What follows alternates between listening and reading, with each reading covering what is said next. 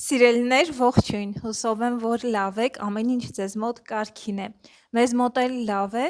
Մինչ կանդրադառնամ ձեր նամակներին, ուզում եմ իմ ջերմագին, խորագին շնորհակալությունները հայտնել ձեզ, որովհետև այնքան շատ նամակներ եք գրել, ջերմ նամակներ, թե Instagram-ում, թե Facebook-ում, թե հենց այսպես մեկնաբանությունների դաշտում եք գրում։ Շնորհակալ եմ անչափ, շնորհակալ եմ ձեր սիրո համար։ Սկսեմ ամենակարևոր նամակից, նամակներից մեկը չէր նամակը, շատ են նամակները, վերջին ժամանակներս, իդեպ սա սկսվեց երևի թե 1-2 ամիս առաջ, այս հարցի շուրջ էլի նամակներ ստացա, որոնց ես պատասխանել եմ առանձին, այսինքն եթե ստացել եմ Instagram-ում եմ բացատրել, Facebook-ում եմ բացատրել, վերջին օրերս նաև տեսանյութերի, վերջինը չէ, բայց մի 2-3 տեսանյութ առաջ, նաև մեկնաբանությունների դաշտում մանրամասն պատասխանել եմ այս հարցին։ Ես ճիշտ ասած YouTube-ի 1 կամ 2 տեսանյութի մեկնաբանության դաշտում է գրել, բայց հասկանում եմ, որ դա բավական չի, կամ պետք է ավելացնեմ բոլոր տեսանյութերում, կամ երևի թե ավելի ճիշտ կլինի այսպես ձեզ ասեմ, թե ինչը ինչումն է։ Նամակները ստացել եմ տարբեր երկրներից, երեկոյան վերջին նամակը, որ ստացել եմ, դա Կանադայից էր։ Սիրելիներս, նախ շնորհակալ եմ, այնքան ուրախ եմ, որ այսպես տարբեր անկյուններից դիտում եք։ Երբեմն ես էլ չեմ պատկերացնում, որ կարողա, չգիտեմ, Չինաստանից եք գրում, շատ շնորհակալ եմ, անչափ։ Նախ անդրադառնամ լեզվի հարցին։ Վերջին ամենատարածված հարցը հետևյալն է. Լիանա ջան, ինչու ես լեզուն փոխել, ինչու հայերեն չեն տեսանյութերը, Կանադայից ով գրել էր ինձ, լեզուն անգլերեն էր, ասում է ամբողջությամբ անգլերեն է, ես շատ սիրում եմ, երբ որ լսում եմ քեզ քո ձայնով, հայերեն լեզվով, Գերմանիայից, Ֆրանսիայից, Ավստրիայից, եվրոպական գրեթե Չեխիայից էին վերջերս գրել, եվրոպական գրեթե բոլոր երկրներից ինձ գրում են, ասում են Լիանա ջան, լեզուն փոխել ես, լավ է, որ օրիգինալ հայերեն լեզվով լինի։ Սիրելի ընկերներ, վերջին ժամանակահատվածում, վերջին դարաշրջանում այլևս մենք, ինչպես ասում են, չենք կառավարում մեր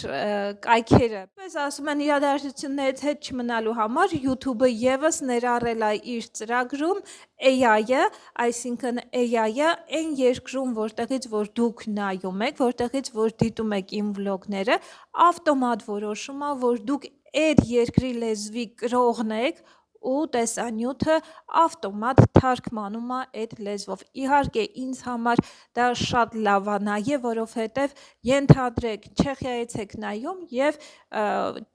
չեխ որևէ մեկը ուզում է նայի, բնականաբար հայերեն լեզուն չի հասկանում ու թարգմանությունը իրեն թույլ կտա դիտել, հասկանալ, թե ինչի մասին է վլոգը։ Նույնը արաբական էմիրություններից ինչ որ մեկը նայում է արաբերեն, թարգմանում է արաբերեն եւ արդեն ձեզ եւս ոնց որ ինչպես ասում են, ձեզ մոտ եւս ավտոմատ թարգմանվում է։ Սակայն այս հարցին կա շատ պարզ լուծում, սիրելի բարեկամներ։ Ես ինձ մոտից չեմ կարող կառավարել, որովհետև ինձ մոտից ամեն ինչ արված է հայերեն լեզվով, ոչ մի փոփոխություն ես չեմ արել, մաքսիմում որ կարող եք անել, դա դուք եք։ Ես հիմա ցույց տամ։ Ձեր հեռախոսի վրա այն վլոգը, որը որ դուք ուզում եք նայեք, ես այստեղ կբացեմ իմ վլոգներից որևէ մեկը ու հիմա ձեզ ցույց կտամ, թե ինչպես է այդ ամենը տեղի ունենում։ Ասացի, ես հենց իմ վլոգներից մեկի վրա ցույց կտամ, թե ինչպես է հարկավոր փոխել լեզուն։ Այստեղ գրում եմ Լիանա, միանգամից Լիան որ գրեմ, ամբողջությամբ բերեց view the channel։ Տեսանյութերից ընտրում եք որևէ մեկը, նշանակություն չունի, թե որը կընտրեք, ես այստեղ ստոպ անեմ, որպեսզի ձայնը ձեզ չխանգարի, սեղմում ենք այսպես, այստեղ ինձ մոտ չի բերում, որովհետև հենց հայերեն էլ ցույց է տալիս ու ոչ մի փոփոխություն չի արել, այստեղ էլ չունի ոչ մի բան, որպեսզի փոխեմ, բայց ձեզ մոտ կլինի կամ այստեղ, կամ այստեղ կտեսնեք օրիգինալ լեզուն կտեսնեք, եթե անգլերեն փոխած է, կտեսնեք ենթադրենք Armenian, պետքա սեղմեք դա լեզվի վրա, որպեսզի ընտրեք օրիգինալ լեզուն, original գրած է։ Քանի որ AI-ը ինձ մոտ ոչ մի փոփոխություն այս պահին չի արել, այս վիդեոյի հետ կապված դրա համար ինձ հայերենով էլ ցույց է տալիս, ոչ մի բան չեմ գտնում, չգիտեմ կլինի, ինձ մոտ բոլոր տեսանյութերը հայերեն են, դրա համար շատ դժվար կլինի հիմա որևէ տեսանյութ գտնեմ, բայց ամեն դեպքում դուք հասկացաք ինչ պետք է անեք, սեղմում եք այդ վիդեոյի վրա, եթե անգլերեն լեզվով ա ձեզ մոտ բերել, սեղմում եք այս ու այստեղ արդեն կտեսնեք, թե որը պետք է փոխեք, կարա այստեղ լինի, կարա additional settings լինի, ոչ միտեղ չկա, որ հարկավոր է լեզուն փոխել, որովհետև լեզուն ընտրած է հայերեն։ Հիմա եթե դուք չեք ցանկանում, որպեսզի ձեզ մոտ այլ լեզվով ցույց տա, բայց կան մարդիկ, ովքեր նաև ցանկանում են, որովհետև դա հնարավորություն է ստեղծում մեկ այլ լեզվով, եթե այդ երկրում ենք ենթադրենք, դուք գտնվում եք օրինակ Հոլանդիայում եւ նոր եք այդտեղ, նոր եք լեզուն սովորում, դա հնարավորություն կտա նաև ականջին կսովորացնի այդ լեզվով նայել, դիտել, մի խոսքով դա եւս հնարավորություն է, այսինքն չի կարելի վատ նայել ամբողջությամբ, կա լավ եւ կա վատ, ունի լավ եւ վատ կողմերը։ Վերջերս օրինակ ես էլ ինքս չեմ սիրում, երբ որ նախ ֆրանսերեն լեզուն ա թարգմանում, ռուսերեն լեզուն ա թարգմանում եւ դե անգլերենը պետք չի թարգմանել, բայց ֆրանսերեն ու ռուսերեն լեզուները երբ որ թարգմանում ա, չեմ սիրում բացարձակ։ Վերջերս մի տեսանյութ էի դիտում, ինձ շատ հետաքրքիր էր այդ տեսանյութը, կապված էր ինտերիերի հետ, ինտերիեր դիզայնի հետ, բայց այն ամբողջությամբ իտալերեն էր, իտալականը ալիք էր ու ինձ հարկավոր էր հասկանալ, բնականաբար եթե ես իտալերեն նայեի, չէի հասկանա ինչի մասին է խոսքը գնում ու ինձ համար հարմար էր, շատ հաճելի էր, որ փոխեց ավտոմատ, ես ոչինչ չարեցի, ինքը փոխեց լեզուն ու ինձ անգլերենով էր այդ ամեն ինչը մատուցում, բնականաբար ասում եմ ունի եւ լավ կողմերը եւ վատ կողմերը, ես այսպես նստած նայում եմ ու հասկանում եմ, թե ինչքան եմ գիրացել, սիրելի բարեկամներ, դուք էլ երևի թե նկատել եք այս հատվածը ձեռքերից հատկապես մի տեսակ կախվել են, չնայած սա ենթադրում եմ նաև կարմիր միս չուտելու պատճառով է, որովհետև մկաններս թուլանում են, ավելի շատ գիրանում եմ ու այդ մկանները հարկավոր է ձգել, ձգելու համար հարկավոր է կամ սպորտ անել, նոր երկիր գալով դա ստրես է, ինձ հետ կհամաձայնենք նշանակություն չունի, որ երկիր եք գնում, ցանկացած երկիր գնալուց, դա ստրես է, որոշ ուտելիքների բացակայությունը եւ այլն, զգում եմ, որ շատ մեծ փոփոխության է ենթարկվել իմ մարմինը, հատկապես այս հատվածում, ինչը ինձ դուր չի գալիս, պետք է գտնեմ տարբերակներ, գուցե գնամ ժիմի հնարավորություն ունենք, համալսարանում ժիմ կա, կամ այստեղից պետք է գնամ այնտեղ, ջեսի հետ առավոտյան 1 ժամ ժիմ անեմ, ենթադրենք, հետո հետ վերադառնամ, վերադառնալու խնդիրն է մի փոքր ինձ համար դժվար, թե ինչպես հետ գամ, ամեն դեպքում չեմ ցանկանա, կամ տնային պայմաններում որոշեմ ինչ կարելի է անել, մի փոքր պետք է իմ դիետան, որ տանն եմ, պետք է ազնիվ գտնվեմ, անընդհատ ուտում եմ, դա այն որ ասում են ուտելու վարքի խանգարում է, ես դա շատ լավ գիտակցում եմ, անընդհատ սովի զգացում ունեմ ու որոշ սննդի բացակայությունը, հատկապես կարմիր մսի բացակայությունը, հիմա մի փոքր ավելի շատ եմ զգում, շատ տեսանելի է, հուսով որ դա շուտ կկարգավորվի, որովհետև անդադ սոված եմ, մեկ էլ ինքս ինձ բռնացնում եմ, որ ես այնտեղ ինչ-որ մի բան գտել եմ, կլինի դա հաց, շոկոլադ, ինչ-որ մի բան անդադ գնում եմ ու հետո ասում եմ մի րոպե մի քիչ առաջ դու կերար, համբերի, 2 ժամ թող անցնի, նորից մի փոքր կեր ու հետո նաև այստեղ դե քիչ եմ քայլում, տնից քիչ եմ դուրս գալիս, անընդհատ տանն եմ, տանը լինելով ավելի շատ ես սովածանում, քան որ դրսում ես ժամանակն էլ չես նկատում ոնց անցավ, այդ ուտելուց ժամերը ավելի հստակ են, որ գիտես առավոտյան տանից դուրս ես գալու, ենթադրենք աշխատանքի, մի փոքր նախաճաշում ես, լանչի ժամ ունես, հետո վերադառնում ես, ընթրիքի ժամ ունես, այդ ժամերը շատ կարևոր է, որ պահում ես, իսկ ավտոմատ կերպով դու դրանք պահում ես, երբ որ աշխատում ես, որովհետև ունես հստակ ժամային գրաֆիկ։ Ես այդ ամենը քանի որ չունեմ, ինձ մոտ դժվար է պահպանվում, բայց պետքա փորձեմ, որովհետև ինձ չի կարա շարունակվի ընկերներ չի կարող շարունակվել։ Այս կարևոր հարցին պատասխանելուց հետո ընկերներ ջան անցնեմ մյուս հարցերին։ Շատ երկար վերջերս մի նամակ է ստացել, աղջիկներից մեկը գրել էր, շատ շոյվել եմ այդ նամակիցի իդեպ, շնորհակալ եմ շատ Արմինե ջան, այդ շատ երկար էր նամակը ու շատ խորը իմաստ նամակ էր։ Այո, ես ձեզ հետ Արմինե ջան միանշանակ համաձայն եմ, որ մեր ընտանիքը շատ յունիկ ընտանիք է ու ես ինչ որ բան ունեմ անելու, ցույց տալու, այսինքն YouTube-ի ալիքում հենց այնպես չի։ Շատ շնորհակալ եմ այդ երկար ձեր նամակի համար։ Իրականում երկու բառով այսպես ասեմ, Արմինեն նշում էր, որ իմ վլոգներին իսկապես ճիշտ է, ես հաճախակի եմ տեղադրում, ասում եմ, բայց եթե մեկ օր դու չես տեղադրում, ոնց որ իմ օրը դատարկ լինի, որովհետև իսկապես քո վլոգները, ասում է, յուրահատուկ են, չեն կրկնվում, նախ ճամփորդական վլոգներ ես տեղադրում, իր գրածը, հա, ասեմ, քո ընտանիքը շատ տարբերվող է, նախ ամուսնությունը, այսինքն երկու տարբեր ազգի ներկայացուցիչներ եք, յուրօրինակ է համարում դա, իրեն շատ հետաքրքիր է, մեր երեխան ինչպես է մեծանում, ինչպես ենք դաստիարակում, հետաքրքիր է իրան, որ այդ լեզվի Ալեքսի ընկալումը, հա, որ ես իր հետ հայերեն եմ խոսում, Ջեսը անգլերեն է խոսում, մի խոսքով ինձ թվում է արդեն հիմա մեր ընտանեկան կոնցեպտին շատերը ծանոթ եք, արդեն այդպես հարազատ է դարձել շատերիդ համար, շատ շնորհակալ եմ այդ ջերմ նամակների համար, Արմինե ջան, քեզ եւս այսպես ցանկացա նաեւ իմ շնորհակալությունը հայտնել, որ այսօր սենց իմ օրա արթնացել եմ առավոտյան ու քո նամակը կարդալով ինձ ժպիտ ես պարգևել, շատ շնորհակալ եմ անչափ։ Շատ եմ լսել նաև կարծիք, որ իմ գործողությունը YouTube-ի ալիք բացելը, վարելը, նույնիսկ խիզախություն են համարում, որ ցուցադրել քո ընտանիքը վլոգի շրջանակներում, YouTube-ի շրջանակներում, այսպես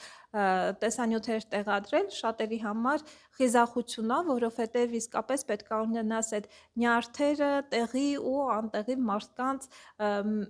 քննադատությունները, մեկնաբանությունները լսելու համար, իհարկե նման մեկնաբանություններ ես ունենում եմ 1000-ից մեկը, եւ որ ես վլոգը բացում եի, այո, ես ինքս քան որ շատ էի ճամփորդում, մտածում եմ, որ ուղղությունը հենց ճամփորդության վրա դնեմ, բայց հետո հասկացա միայն, այսինքն ճամփորդական վլոգներ, այն ընթացքում որ չեմ ճամփորդի, վլոգներ չեմ նկարի, բայց հետո հասկացա, որ չէ, իսկապես դուք սպասում եք, շատերդ եք սպասում, որ ես ամեն օր տեղադրեմ վլոգները, սկսել եմ, գիտեք, ոչ ամեն օր, շաբաթվա մեջ մեկ անգամ կարող է տեղադրել, երկու անգամ կարող է տեղադրել ու նաև ասեմ, որ վլոգները ես սկսել էի ռուսերեն լեզվով, իհարկե շատ էի նամակներ ստանում, թե ինչու են ռուսերեն, բայց պետքա խոստովանեմ, որ երբ որ ալիքը ես բացել էի ռուսերեն ալիքով, ռուսաց լեզվով, շատ արագ էր տարածվում տեսանյութերը ու շատ արագ էին մարդիկ բաժանորդագրվում։ Ամեն դեպքում հետո որոշեցի, որ քանի որ ես ճամփորդում եմ ու հենց իմ հայրենակիցները ցանկանում են տեսնել, որպեսզի իրենց ցույց տամ, ամեն դեպքում հասկացա, որ հայերենով ճամփորդական վլոգները հայերենով անեմ, մնացածը գուցե ռուսերեն, հետո հասկացա, որ այդպես էլ չի լինի խառը մի օր այսպես, մի օր այնպես, բայց փառք Աստծո հիմա AI-ի շնորհիվ մենք կարող եմ հանգիստ հայերենով ու եթե այն մարդը ով հայերեն չի հասկանում, ինքը կարա իր երկրի, այն երկրում որտեղ որ ապրում է, իր մայրենի լեզվով լսի, չնայած որ հայերենը մի փոքր առայժմ շատ լավ չի թարգմանվում, մի փոքր բնականաբար դժվար է AI-ը թարգմանում ամեն ինչ, բայց ամեն դեպքում իմաստը հասկանալի է, հուսամ, որ դա էլ կշտկվի ժամանակի ընթացքում ու որևէ խնդիր չի լինի։ Իհարկե մարդկային թարգմանություն դա ուրիշ է, երբ որ մարդը թարգմանում է, դա հասկացվում է, գիտի որտեղ ինչ է իմաստը կոնկրետ, AI-ը մի փոքր կարող է պայտակ չհասկանա ինքն էլ ինչ է թարգմանում, ուղղակի բառերն է թարգմանում, բայց դե ինչևէ, սիրելի բարեկամներ, սրանից էլ ենք գոհ։ Սիրով ես հիմա ինձ համար սուրճ կպատրաստեի, սուրճն է ինձ պակասում, բայց քան որ սենց նստած ենք, միանգամից այս թեմայի շուրջ էլ խոսեմ, շատ հետաքրքիր բան եմ իմ համար բացահայտել, որ չեմ կարող ձեզ հետ չկիսվել։ Ուրեմն Հնդկաստանը միակ երկիրն է, որ ծխախոտի մնացորդները որ կան, այն ֆիլտրը մի փոքր թութուն է մնում, չէ, ու մի փոքր թղթի հատված այդ ֆիլտրի շուրջ փաթաթված, մի խոսքով Հնդկաստանը միակ երկիրն է, որ դրանցից պատրաստում է բարձր եւ մանկական փափուկ խաղալիք, բազմոցի օրինակ բարձր, աղյուսակների համար լցոնում։ Ու ինչ շատ հետաքրքիր էր օրինակ, թե ոնց է այդ ամենը կատարվում, նաև շատ հետաքրքիր էր, թե արդյոք դա վնասակար չի առողջության համար։ Նաև ինձ հետաքրքիր էր ամբողջ աշխարհում ինչպիսի նմանատիպ փորձեր կան։ Հիմա քանի որ ես այդ ձև շատ երկար ուսումնասիրություն եմ արել այդ հարցի շուրջ, եկեք ձեզ հետ էլ կիսվեմ։ Նախ հետաքրքիր էր իմանալ, որ այդ ծխախոտի այդ ֆիլտրերը 10 տարի ու ավել հարկավոր է, որպեսզի իրանք ոչնչանան, այսինքն երբ որ մարդիկ ծխում են, նետում են դեպի բնություն եւ այլն, աղբն էլ չէ, տանում են, կուտակում են, մոտավորապես 10 տարի ու ավել հարկավոր է, որպեսզի ինքը իրենով այդպես ինքը վերանա։ Շատ դժվար է վերանում ու նաև թունավոր ծանր մետաղներ կան, թունավոր նյութեր կա, որ եթե ծխելուց հետո էլ նետում են դեպի բնություն, հողի վրա, այդ թունավոր նյութերը լավ չեն բնության համար, հողի համար, ջրի համար։ Մի խոսքով ոչ միայն ծխող մարդիկ իրենք իրենց են վնասում, այլ նաև շրջակա միջավայրը ու հողը, բնությունը։ Աղբամաններ են դրված ծխախոտի համար, ենթադրենք մարդիկ կարող են հավաքել այդտեղ նետել, որպեսզի ավելորդ ոնց որ աղբի մեջ չնետեն, բայց հիմնականում հավաքվում են փողոցներից, աղբերի մեջից ու բերում են, հանձնում են այս արտադրամասին։ Արտադրամասում տեսակավորվում է, թուղթը առանձին է լինում, այդ մնացորդ թութունը առանձին է օգտագործվում եւ արդեն ֆիլտրը տարբեր քիմիական միջոցներով անցնելուց հետո ձեռքի օգնությամբ լվացում են, հետո ձեռքի օգնությամբ բացում են ու դառնում է, այսպես ասած, բամբակ, որով էլ որ լցոնում են բարձերը եւ մանկական խաղալիք, նշեցի արդեն ինչերը։ Վերջերս Ալեքսի հետ միասին գնացել էինք այս հատվածներում մի տեղ էի ու դրսում տեսա, որ փափուկ խաղալիքներ էին վաճառում, առանց այդ էլ ինձ դուր չեկա, որ դրսում այդպես բաց վիճակում, գիտեք, այստեղ շատ փոշի է, բայց երեխեն որ տեսավ, մամի, մի հատ ինձ, չգիտեմ, ինչ-որ փոքր խաղալիք էր տեսել, որ խաղալիք գնենք, մի կողմից նեղվում եմ, այստեղ շատ եմ դե բնականաբար ասում, չէ, ես չեն գնի, բայց իր օրը ուրախացնելու համար մի կողմից եմ մտածում դե մի հատ փոքր խաղալիք է, էլի, ասենք կարող ես առնել երեխուն տաս, որ ուրախանա ու գինն էլ շատ մաչելի էր, այնպես չի, որ թանկարժեք են, բայց ամեն դեպքում հերթական անգամ մերժեցի երեխուն ու ասացի, չէ, չենք կարող գնել, որովհետև չգիտեմ ինչքանով է մաքուր չի, որովհետև հատկապես փափուկ խաղալիքները, գիտեք, երեխեքի համար շատ կարևոր է, փաթաթվում են, գլուխն են դնում, մաշկն են դնում, ինչևէ, իմ համար շատ կարևոր է ամեն դեպքում։ Ու երբ որ ես այս տեսանյութը այսպես որ տեսա, հետո ինչքան էլ որ մաքրում են, շատ լավ քիմ մաքրում էր անցնում, բայց ամեն դեպքում ինքս ինձ մեջ մտածեցի, որ ինչ լավ է, որ ես այդ խաղալիքները չգնեցի, խաղալիքներից ոչ մեկը չգնեցի երեխու համար։ Բնականաբար ինձ համար շատ կարևոր էր նաև, հետաքրքիր միտք էր, շատ լավ գաղափար է, պատկերացրեք, որ այդքան 10 տարի, այսինքն այդ ծխախոտերը գետնին ընկած, իրանք հազիվ կարողանան իրենք իրենցով ոչնչանալ, մաքրվել երկիր մոլորակի վրայից, իսկ պատկերացրեք ինչքան մարդ է ծխում, Եվրոպայում միլիոնավոր դոլարներ են ծախսվում այդ ծխախոտի, այդ բաները հավաքելու համար, ոչնչացնելու համար։ Դե պատկերացրեք, այստեղ էլ ծխողների քանակը էլի շատ է ու ինչքան շատ մարդ կա, ինչքան շատ մնացորդ է, չի ավելանում։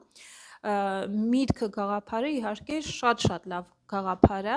բայց քանի որ օգտագործվելու էր այնպիսի բաների վրա է օգտագործվում, այսինքն բարձը, որի վրա մենք քնում ենք, շնչում ենք, դա շատ կարևոր է։ Ինձ համար շատ կարևոր էր նաև իմանալ արդյոք որքանով է դա անվնաս առողջության համար, չէ որ այդ ֆիլտրը, որ ունի ծանր մետաղներ, տարբեր քիմիական նյութեր է պարունակում, արդյոք այդ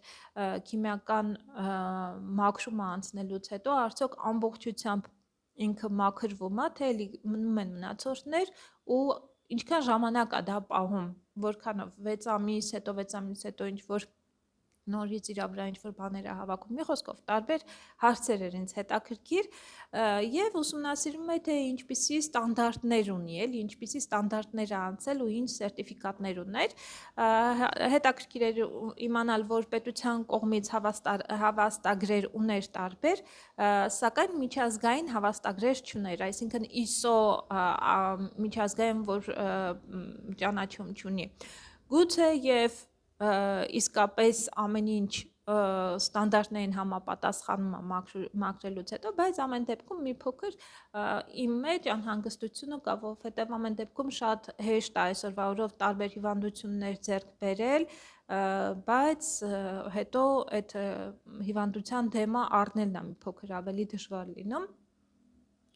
Նաև ինձ հետաքրքիր էր, որ իրենք վաճառք կազմակերպում են, իրանք ունեն իրանց վաճառքը on-line, բայց նաև իրանք սպիտակ մարքետի համար են աշխատում, այսինքն որևէ կազմակերպություն, եթե իրեն դիմի փափուկ խաղալիքներ գնելու համար, իրանք առանց իրանց սպիտակները կպցնելու, հա, այդ խանութի համար, իրանք այդ ֆիրմայի համար առանձին պատրաստում են սպիտակ մարքետ ասվածը, երևի թե բոլորդ հասկանում եք, գիտեք ինչ է նշանակում, այսինքն ինքը պատվերը կընդունի եւ կհանձնի պատվիրատուին, պատվիրատուն էլ իր հերթին կսկսի վաճառել։ Մի խոսքով ինձ դրա համար մի փոքր ամեն դեպքում շատ ուրախ եմ, որ կարելի է վերաօգտագործել, բայց մյուս կողմից էլ մի փոքր ամեն դեպքում անհանգիստ եմ, որովհետև օգտագործողները երեխաներ են, ինչպես նաև բարձերը, եթե մեծահասակներ են օգտագործելու, թե ինչպես է լինելու եւ այլն։ Արտադրությունը վերամշակում է նաև այդ մնացորդ թուղթը եւ թութունը հիմնականում օգտագործում են մոծակների դեմ պայքարելու միջոցներ են ստանում, իսկ այդ թուղթը թղթի եղանակով նորից թուղթ են ստանում, թղթե փոքրիկ պայուսակներ են այսպես ասած ստանում։ Հետաքրքիր տարբերակներ են իհարկե մտածել։ Բայց այս ամենի հետ մեկտեղ ինձ եւս մի հարց էր հետաքրքիր, թե օրինակ եվրոպական երկրներում, Ամերիկայում այս հարցը երբևէ դիտարկել են, օրինակ ինչպես են իրանք այդ ֆիլտրները օգտագործում։ Ինչ համար շատ հետաքրքիր էր, որ այլ երկրներ, Ամերիկան, Կանադան, Եվրոպան եւս, Ֆրանսիան հատկապես, Ֆրանսիան, Իսպանիան ունեն փորձ, բայց իրենք օգտագործում են բացարձակ տարբեր ոլորտներում։ Ուզում են շինարարության մեջ, օրինակ Ամերիկայում TerraCycle ընկերությունն է զբաղվում նման գործով, հավաքում են այդ ֆիլտրերը, էլի վերամշակում է անցնում, բայց դրանց ստանում են պլաստիկներ, որը օգտագործում են հետագայում պարաններ, պարկեր, պլաստիկներ ստանալու համար, մեծ ավելի պլաստիկներ ստանալու համար։ Հետաքրքիր տարբերակ է ինձ թվում է։ Իսպանիան եւս ունի ծխախոտի մնացորդների օգտագործման իր տարբերակը, հետաքրքիր տարբերակ է ի դեպ, Իսպանիայում, Կատալինայում հատկապես օգտագործվում է, խառնում են ասֆալտի հետ, որպեսզի ճանապարհները ավելի երկարատև ծառայեն ու ավելի դիմացկուն լինեն։ Ֆիլիպիններում եւս հետաքրքիր տարբերակ են գտել այս ֆիլտրերը օգտագործելու համար, հիմնականում փոքր արտադրամասերը, որոնք արտադրում են աղյուսներ, այս աղյուսներ պատրաստելու համար են օգտագործում,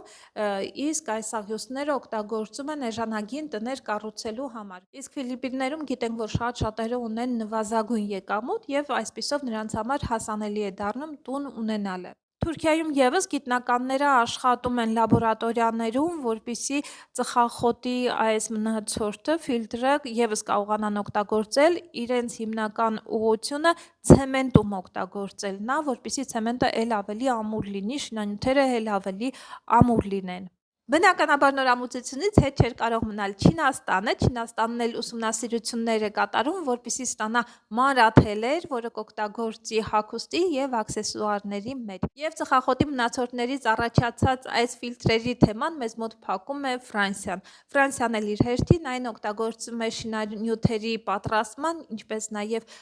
թութունը իհարկե վերամշակելուց հետո օգտագործում է որպես պարարտանյութ։